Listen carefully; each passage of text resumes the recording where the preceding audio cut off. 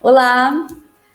Hoje eu tenho o prazer de receber aqui a Sofia Esteves, ela que é uma referência do Brasil em recursos humanos, fundadora da Companhia de Talentos. Sofia, muito obrigada por reservar esse tempo para ter essa conversa aqui comigo. E eu queria começar te perguntando, assim, o RH está sofrendo muito, né? Isso que a gente está vendo acontecer. Me explica, o que que você tem visto, assim, desses sofrimentos, dessas coisas que estão acontecendo? Qual que é a principal dor do RH hoje? Legal, super obrigada, Roberta, primeiro pela oportunidade, pelo convite, a oportunidade de estar aqui com você. É uma honra para mim e espero que esse bate-papo possa aí para todo mundo que nos assistir agregar bastante valor. Bom, a maior dor, como você perguntou, eu acho que tem sido o medo, a angústia e a ansiedade. RH é uma área onde você tem uma responsabilidade sobre as pessoas, que é o maior ativo que a gente tem dentro das empresas, são as pessoas, a gente sempre fala muito isso. Então, sempre foi uma área pautada em ter muitos indicadores, muitas informações para tomada de decisão.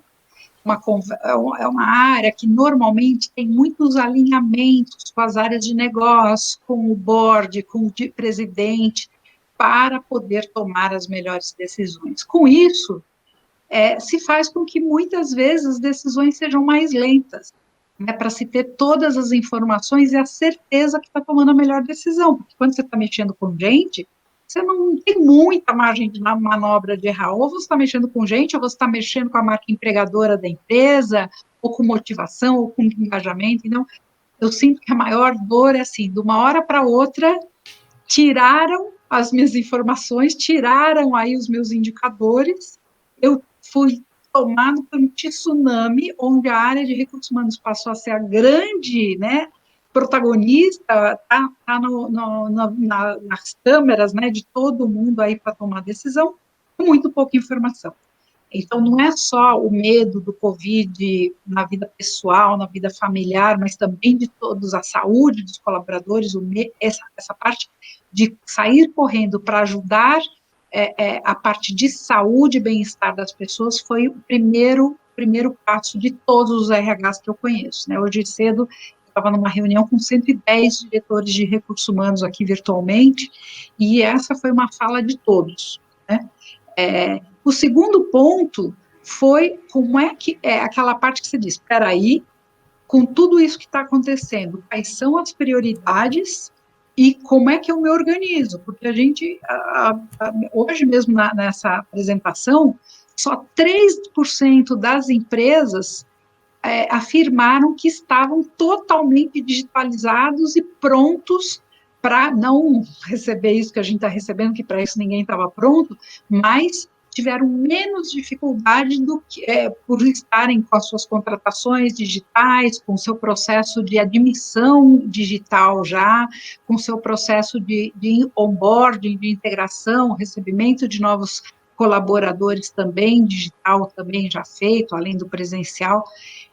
Então, o medo, a angústia e a ansiedade, em primeiro lugar, passou para a priorização, a reorganização aí das prioridades e tomar decisão sem ter os indicadores na mão. Essas são não é uma dor, são muitas dores.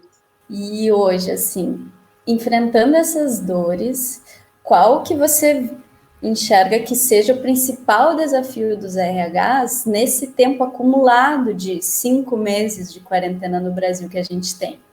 Eu acho que o principal desafio agora é fazer com que todos esses ganhos que a gente teve de aceleração, nós aceleramos transformações inimagináveis por um tempo tão curto, né? Quer dizer, todo mundo fala, e eu concordo e assino embaixo, a gente ganhou no mínimo 10 anos em 5 meses. Por quê? Hoje, até nessa reunião, eu falei uma frase que é assim, hoje RH, ele tem que pedir muito mais desculpas do que autorização para fazer as coisas. Lá, é fazer e depois remendar, e depois ir no acerto e erro e tal. Então, o principal desafio é manter este papel de ação, estratégica, botar para acontecer e ir arrumando conforme, fazendo os ajustes conforme vai precisando.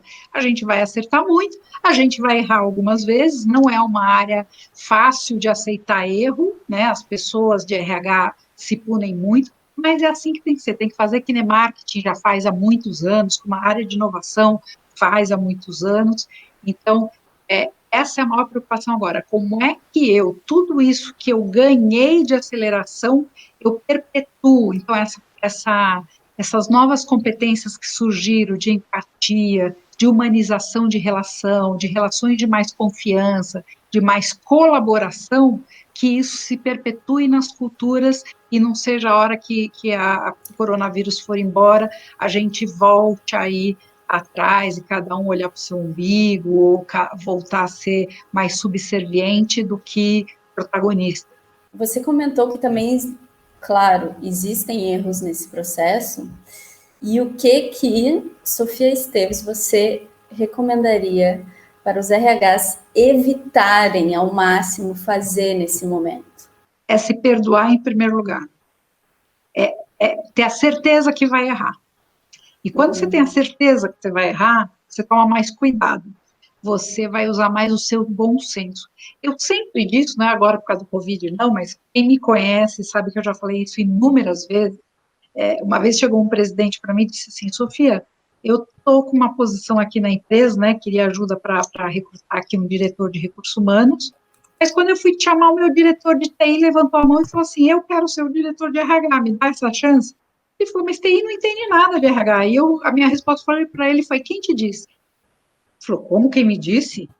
Eu falei, um alto executivo de RH, na minha opinião, e por favor podem discordar de mim, me tocar tomate podre, a gente precisa ter duas competências, sem essas não adianta você ter todos os conhecimentos técnicos de RH, que é sensibilidade, a flor da pele, para fazer leitura de cenário, poder entender as relações, poder entender os jogos ocultos, poder entender a motivação das pessoas. Então, isso é bom senso, é intrínseco, os seres humanos, alguns têm mais essa habilidade que outros. Desenvolver essa habilidade todo mundo tem, mas tem gente que desenvolveu mais ou menos, né?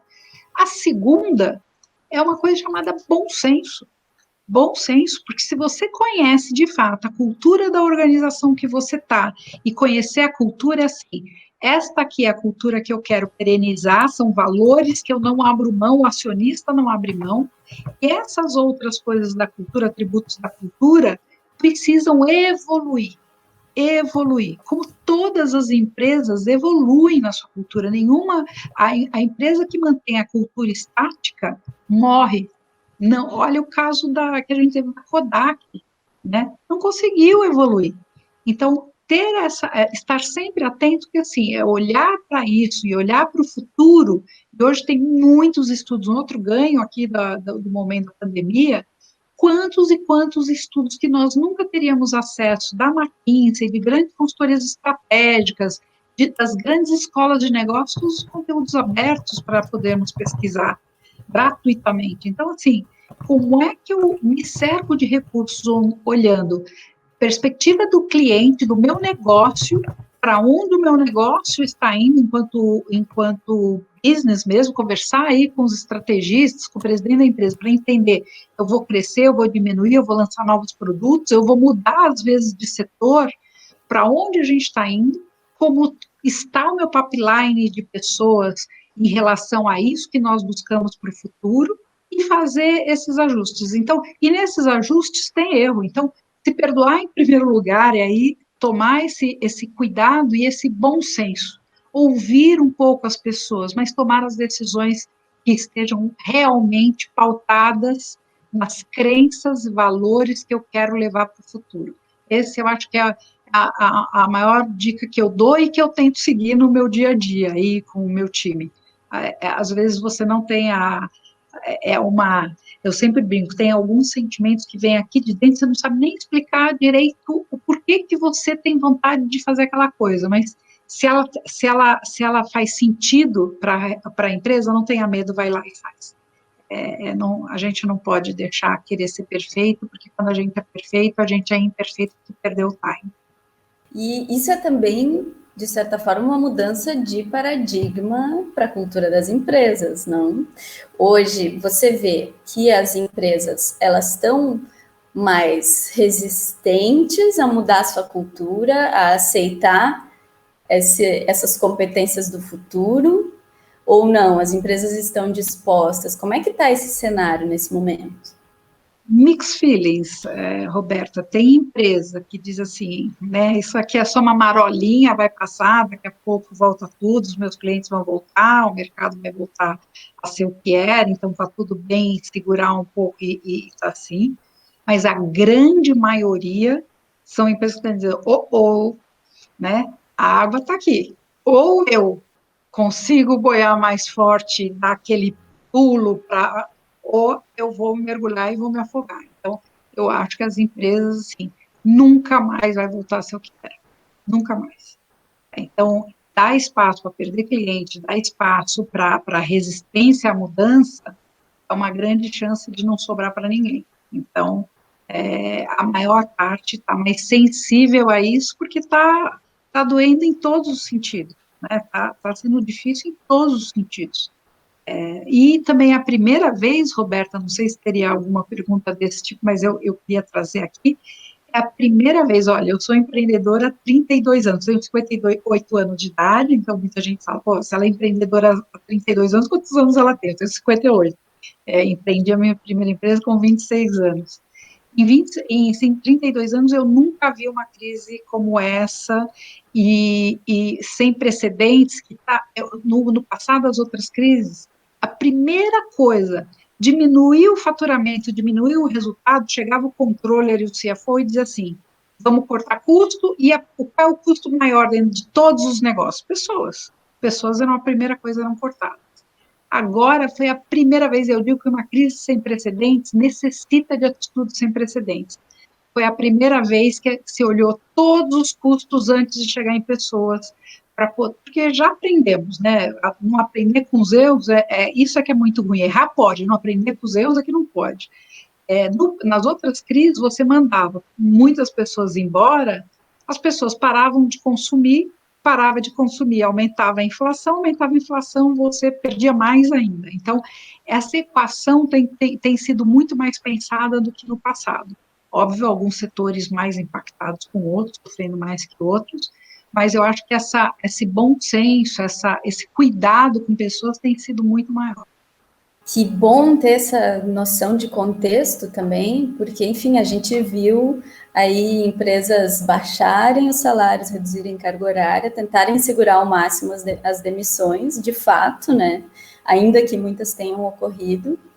E nesse momento, assim, como que fica a cabeça da pessoa que está lá tendo que tomar essas decisões? Como é que o RH pode agir nessas decisões delicadíssimas? Eu acho que nunca vi os CEOs recorrerem tanto a RH, né? Se a gente não ganhar esse papel estratégico de vez hoje, né, eu acho que RH teria que ser o segundo cargo mais importante de dentro da empresa, né? E ser, de fato, o grande colega, o grande parceiro do negócio, o grande parceiro do CEO e com a isenção de poder falar para o CEO, olha, isso aqui você está, talvez reflita por esse lado aqui, porque talvez você não esteja tendo a visão do todo, para os seus pares também. Então, eu acho que muitos RHs me confessam que às vezes se sentem muito sozinhos, né? A alta liderança tem uma solidão que se fala pouco sobre isso. Essa solidão aumentou agora na pandemia, porque aumentou a ansiedade, aumentou a insegurança, sumiram os dados aí de tomadas de decisão que eu já comentei.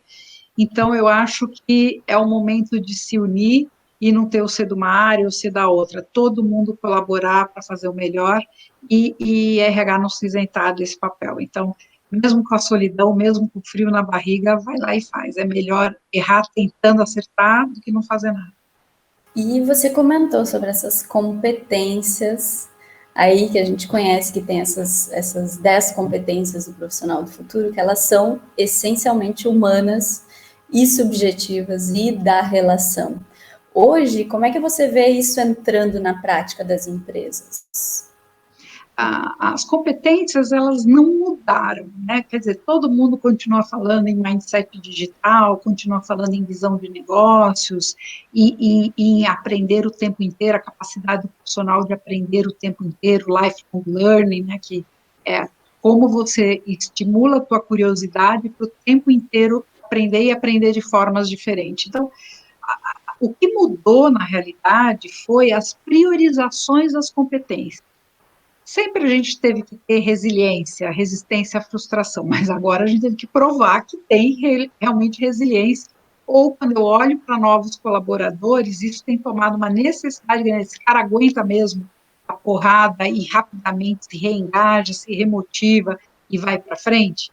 E a rapidez de adaptação, essa é a principal, na minha opinião, que tem sido a grande diferença e conquista das empresas que estão tendo sucesso. É agilidade e rapidez de adaptar. Tá bom, o mundo não é mais o que era, né? Algumas pessoas falaram assim para mim, Roberto, putz, agora o mundo VUCA chegou, né? Vulnerável, instável, incerto e complexo e tal. Eu falei, o mundo VUCA já passou, agora é o mundo MUVUCA, tudo junto e misturado.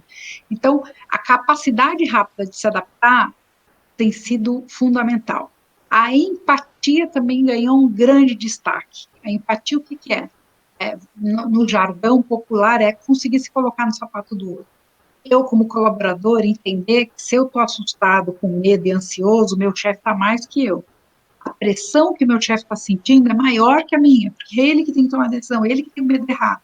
Então, é o momento, também esse é um outro ganho que a gente teve, eu nunca vi os colaboradores trazendo tantas sugestões, revisando processos para trazer economia de custos, revisando carteira de produto para dar sugestões de novos produtos mais aderentes a esse momento. Então, essa empatia de poder se colocar no lugar do outro, seja eu enquanto líder, do meu liderado, ou vice-versa, também ganhou destaque grande.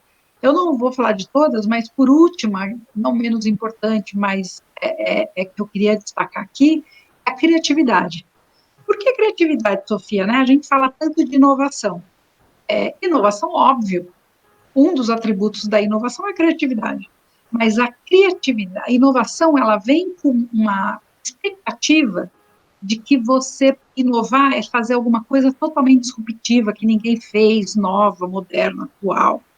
E criatividade não, criatividade é, como é que eu olho o que outros setores estão fazendo e falo, poxa, mas por que não no meu setor? Né? Ajustar coisas, olhar para os lados e trazer de novo aquilo que eu já comentei da curiosidade e tentar achar alternativas e soluções que não foram pensadas antes, mas que já existem, né? Então, esses são aí aquelas que eu acredito que hoje eu tenho visto, tanto nos processos seletivos que a Companhia de Talentos tem conduzido, desde jovens estagiários e trainees a cargos de liderança e especialistas, tal, é a maior procura por todo mundo.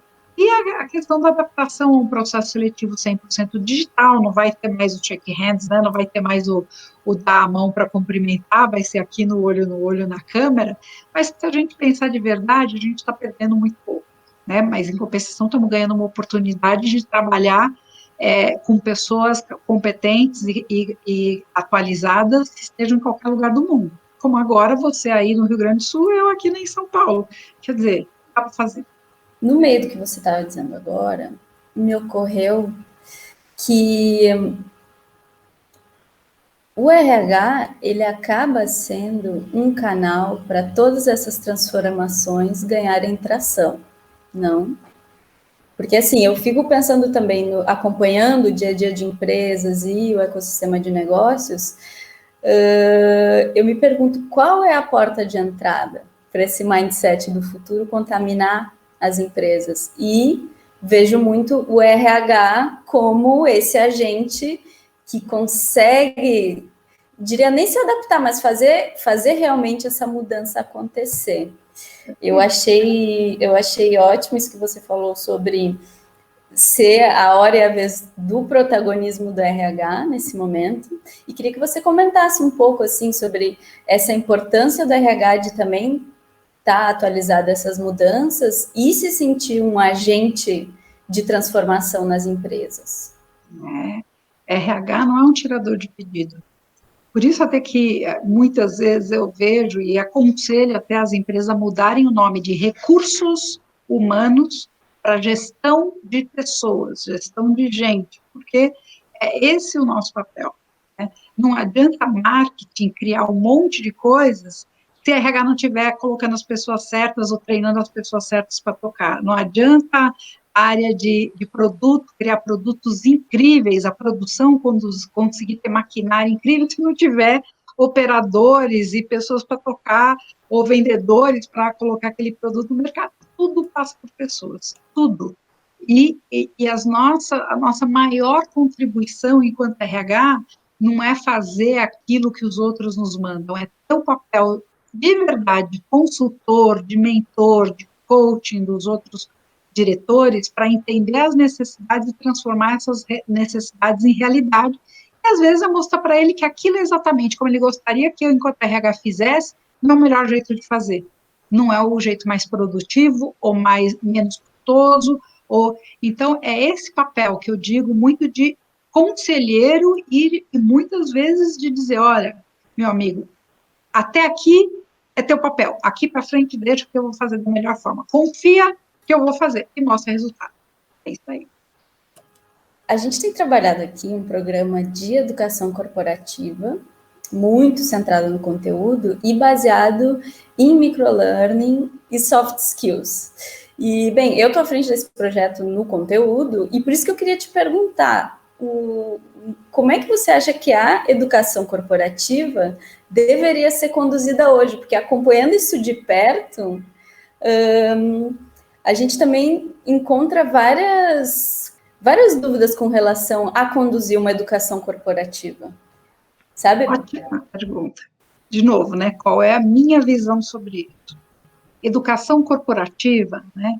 Até bem pouco tempo atrás, e arrisco dizer que na maior parte das empresas até hoje, como é que a gente faz? A gente faz lá um processo de avaliação, um processo de mapeamento de potencial, e diz assim, eu percebi que o maior gap que a gente tem aqui nas pessoas é comunicação. As pessoas não sabem se comunicar direito. Aí vai lá e compra um pacote de como se comunicar, como fazer interrelação, e dá para todos os gerentes, para todos os diretores, para todo o chão de fábrica, sei lá, para o nível todo. E aí o que acontece? Aquela pessoa que tem maior dificuldade naquele tema lá de comunicação, ou de dar e receber feedback e tal, muitas vezes não vai no treinamento, porque nem enxerga que aquilo é uma necessidade para ele. E aqueles que são aqueles que estão acostumados a, tudo bem, pediu, eu vou lá e faço, faz parte do meu papel, fazer os treinamentos, chega lá, não é a fraqueza dele e ele se desmotiva e diz, não aprende nada novo, né? Então, o one size fits all, como era no passado, compra aí um pacotão para ganhar em escala financeira, né, em redução de custos por pessoa, e dá para todo mundo, não funciona. Então, dá muito mais trabalho, claro que dá mais trabalho, mas hoje, com tudo que a gente tem de people analytics e aí de tecnologias super modernas e não tão caras, né, que dá para se utilizar, como é que eu entendo a necessidade da Sofia, da Roberta, diferente, e vejo, a Sofia e a Roberta precisam de um treinamento de comunicação, então, a gente vai colocar ou a gente muitas pessoas que precisam, e eu vou colocar só as pessoas que precisam, se for volume, eu contrato aqui em company, ou eu vou dar para elas um trabalho, uma oportunidade de fazer um curso fora de comunicação, fora da empresa.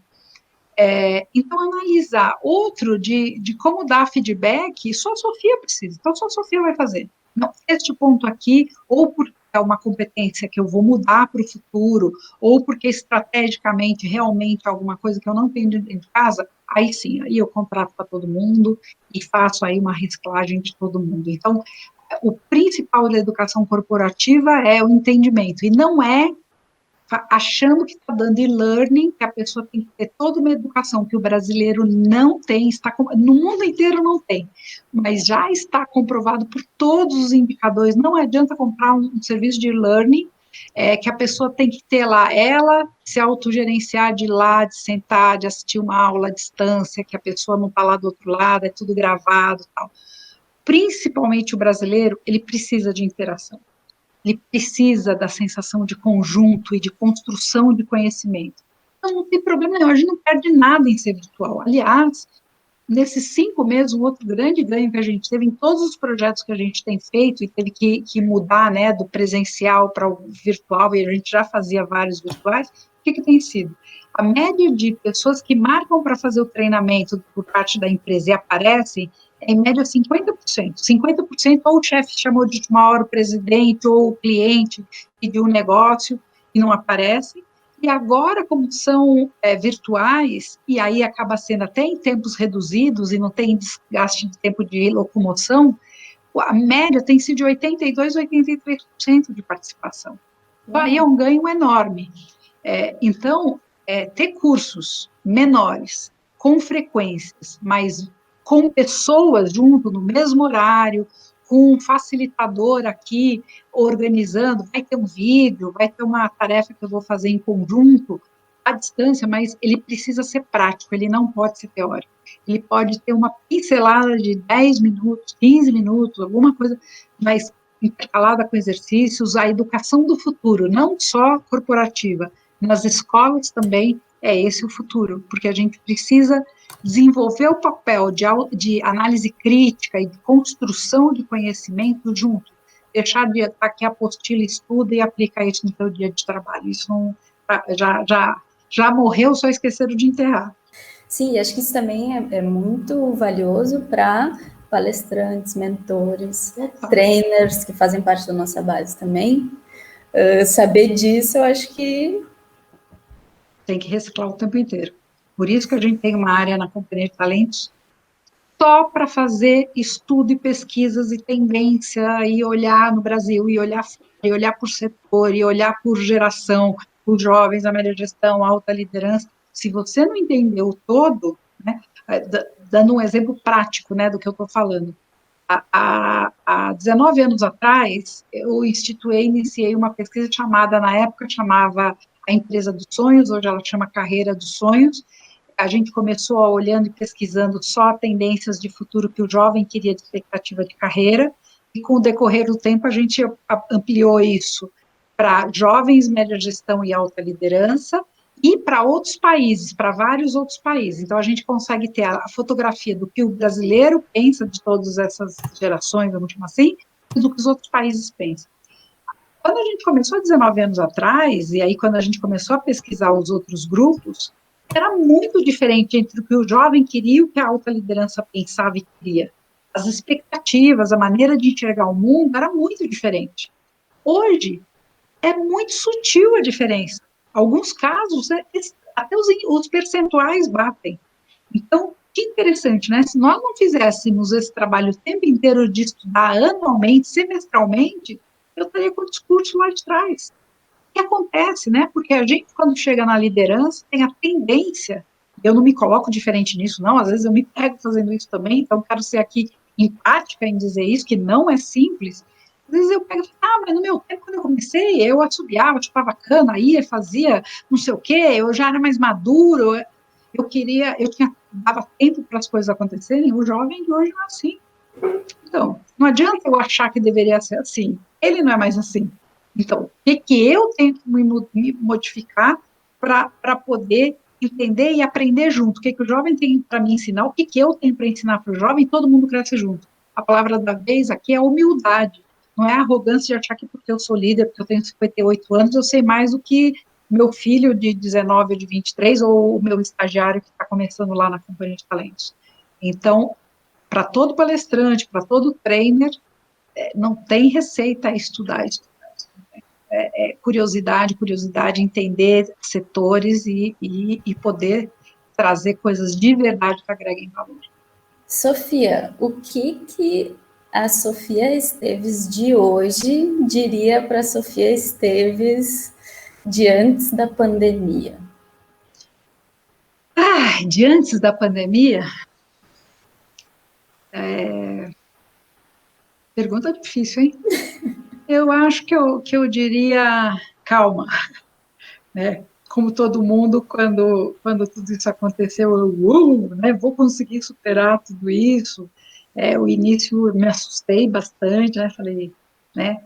Acaba afetando um pouco a saúde da gente, então eu acho que eu diria para mim, olha, te prepara, diminui um pouco o teu ritmo, que eu sempre tive um ritmo super acelerado para tomar fôlego, ganhar fôlego, o que tem por vir, porque vai mudar tudo, né? Então eu acho que eu teria pedido calma para mim mesma e talvez tivesse acelerado várias coisas que nós estávamos fazendo de transformação digital, que nós começamos há 3 anos atrás, eu teria dado mais velocidade para elas terem acontecido.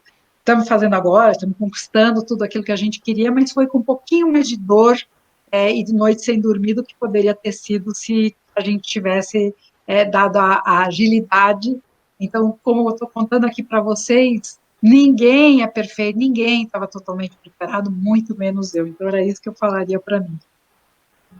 E hoje, assim, para você, enquanto profissional, quais foram os ensinamentos, além desse, que a pandemia te trouxe até agora, que essa crise te trouxe?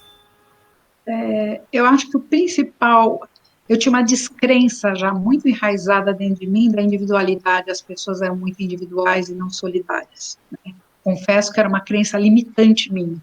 Né? Eu acho que o brasileiro, ele tem dificuldade, às vezes, de olhar para o outro que está precisando mais, né? Quando a gente está no trânsito e vê uma pessoa pedindo esmola, por medo e por tudo, a gente levanta o vidro e olha para o lado, não olha. Essa realidade é nossa, é de todos nós, não é do governo, não é, né? É de todos nós. Então, eu me doía muito, né? Eu tenho uma ONG, eu tenho um instituto que trabalha com jovens vulneráveis e vejo histórias, assim, muito doídas, e assim eu dizer, por que o povo brasileiro, se cada um de nós somos 200 milhões, quantos milhões de empresas a gente tem no Brasil? Se cada um fizesse um pouquinho, a gente ia chegar lá melhor. Confesso que é a minoria ainda no Brasil que tem esse olhar. E eu estava descrente disso. Nessa crise eu vi, chorei várias vezes de ver empresas pegando a mão uma da outra, do concorrente, do fornecedor, do parceiro, fazendo coisas solidárias. As pessoas muito mais solidárias, pessoas que não têm nada na sua casa dividindo o pouco que tem. Então, eu acho que essa humanização e esse olhar para a solidariedade, acho que foi uma coisa que me tocou, uma das coisas que mais me tocou. A outra coisa que não foi um novo aprendizado, mas foi muito bonito ver acontecendo novamente e que eu consegui manter a cultura da minha empresa, mesmo depois de 32 anos, é perceber o quanto o time se agarrou com a gente, assim, muitas vezes eu tive situações de, em vez de eu dar colo para o time me dando colo, o time transparente com a gente, ajudando, trazendo ideia, trazendo coisas para a gente reduzir custo, mesmo que essas reduções de custo sugeridas por eles afetassem a eles mesmos de ganhar menos ou de ter menos benefícios, e de um lado. E do outro lado, os próprios clientes, os parceiros, né, que muita gente diz, mundo corporativo não tem solidariedade, ou não tem essa de... Tem sim. Muitas empresas dizendo, olha, todo mundo está impactado, então vamos nos ajudar e vamos continuar todo mundo junto, ajudando os fornecedores que estão em dificuldades. Então, é uma constatação, uma reafirmação disso, que, ao contrário do que eu falei da solidariedade aí entre as pessoas e os mais vulneráveis, eu vi acontecendo e fiquei muito feliz com isso. A união, né, das pessoas é o grande ganho que a gente tem. Pena que tem que ser tendo tantas mortes. Pena que não é todo mundo que ainda percebeu que isso está acontecendo. Quando cada um de nós sai sem usar máscara, quando cada um de nós não é nem por cuidado só com a gente, cuidado é com o outro que está na rua, cuidado é com aquela pessoa que é mais sensível a essa doença. Eu acho que pena que a gente ainda tem pessoas fazendo isso. Mas estamos com mais ganhos do que perdas, se eu puder falar assim, mesmo com muita dor aqui da perda de vidas. Sofia, para encerrar, eu quero saber se tem alguma coisa que você gostaria de abordar que a gente não abordou nessa entrevista. Quero só, acho que uma coisa que eu sempre reforço, que eu acho que é importante, né, e cada vez que eu falo, eu lembro disso eu também, que assim, dá medo sim, o medo que eu estou sentindo é o mesmo que você está sentindo em relação à saúde, à nossa família, à economia, à fome no Brasil, se vamos conseguir ter emprego, se vamos conseguir ter as nossas empresas, mas assim, chora um dia, mas seca a lágrima e vai para a luta, vai para a vida, porque a gente fica parado, só o rolo compressor só vai passar mais rápido. De novo, tem a confiança, a palavra confiança na gente mesmo em primeiro lugar, que a gente tem competência e capacidade para superar isso, e a confiança nas pessoas que estão à nossa volta, pedir ajuda, saber ser humilde de dizer, esse conhecimento eu não tenho, preciso de você, seja teu subordinado, seu colega, alguém da outra empresa, um parente teu, seja humilde, não queira ser super-homem, ninguém é super-homem, nem o próprio super-homem é super-homem, então pensa na Liga da Justiça, todo mundo junto, com fraqueza e com vulnerabilidade, com fortalezas, vão superar. É isso que eu queria falar e agradecer mais uma vez por todo mundo que está nos vendo. Para quem gostou da conversa, ou quer continuar, ou queira mais insumos sobre tudo isso que eu falei aqui um pouco, me segue no LinkedIn, a Sofia Esteves só. Lá eu tenho artigos escritos de praticamente tudo isso aqui que eu falei, e algumas outras dicas, tem na Companhia de Talentos, o YouTube da Companhia de Talentos, seja para jovens ou para empresas, tem muito conteúdo de vídeo, de lives que a gente fez com grandes executivos acostumados aí a passar por isso, para buscar informação. Então, tanto via as redes sociais da Companhia de Talentos, como pelo meu LinkedIn, quem precisar e quiser mais informação, está à disposição. É isso. Então tá, muito obrigada. Eu já sigo a Sofia Esteves, já faz tempo. Esse foi o nosso papo com a Sofia Esteves. Espero que esse conteúdo tenha sido útil para você e até a próxima. Tá, obrigada.